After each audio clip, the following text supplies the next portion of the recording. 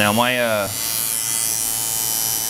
opinion, philosophy, whatever you want to call it, is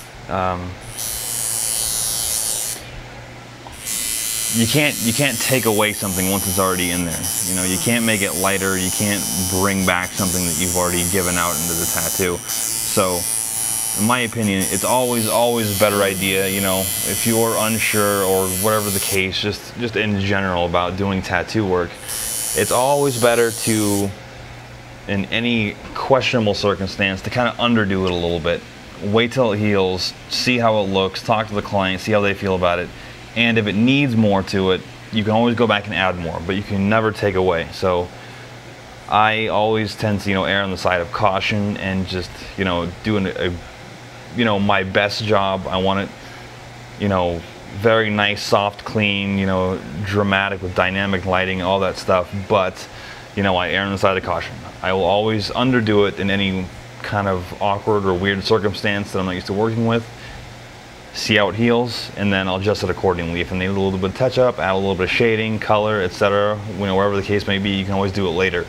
Which 99.9% of the time, it actually ends up healing and looking just fine, and it's unnecessary. But again, you can always add more to it later, but you can never take it away once it's in there. So keeping that in mind,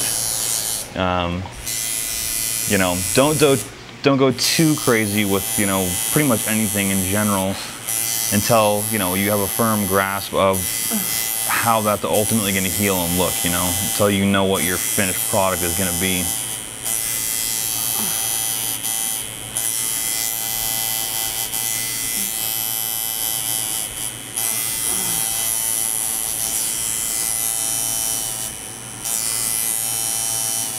Now with this type of tattoo and the amount of detail and how close the lines are together, I'm using an 11 mag on this, on the shading anyway, and I'm utilizing a lot of the corner of the mag. Instead of just having a nice flat open spot that I'm working on and being able to just shade normally, I'm trying to cut in there and then use just the edge, about basically the last half of the needle, so I can tuck it in there and get all those corners nice and tight and shaded. And then as soon as I hit an open spot, you flip it down flat and then just whip it out real quick, and that'll even out your shading. So it's big enough to where you can do a relatively quick job with it, but it's also, again, like any mag, it has that corner in it that you can utilize to do tight, small spaces. So again, for this particular piece, an 11 mag should suffice pretty well for you.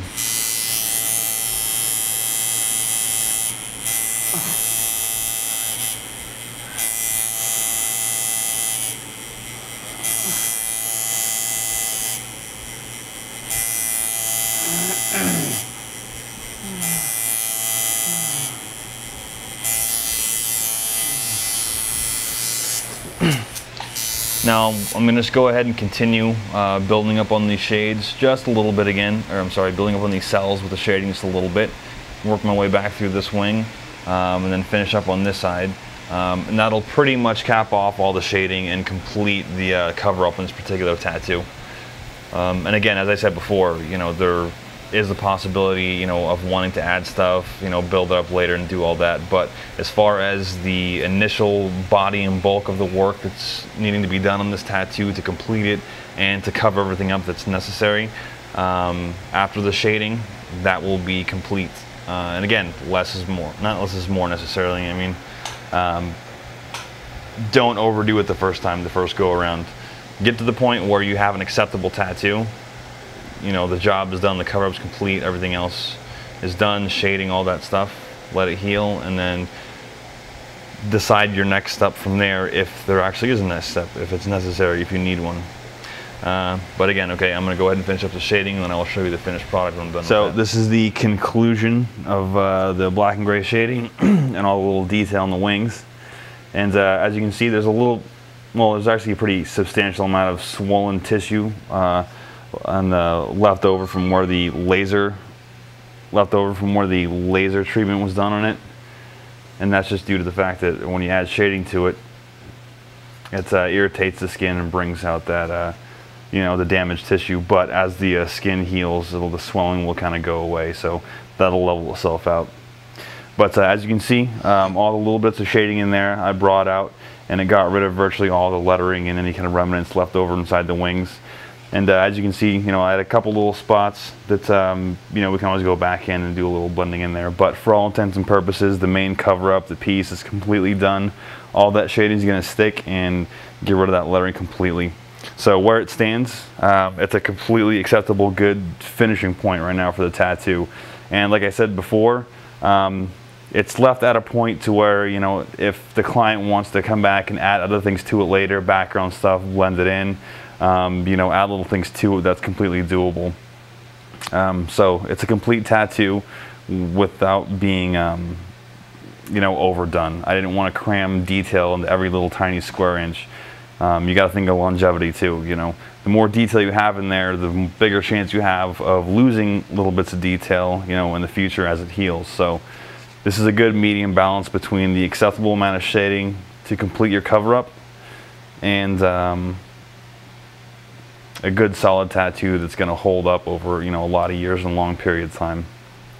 But that's pretty much a wrap as far as the tattoo goes and it being complete. And again, this is a much more advanced cover-up. I wouldn't start with something like this by any means, especially the size, the location, the fact that it was lasered before and does have damaged skin tissue to it, and it is black and gray. So a lot of the elements in this are relatively difficult things to pull off, so I wouldn't recommend doing that the first time around. Start off with something very simple. And again, color tends to be a much easier medium to work with when you are working with cover-ups. But that will conclude this particular piece in the session.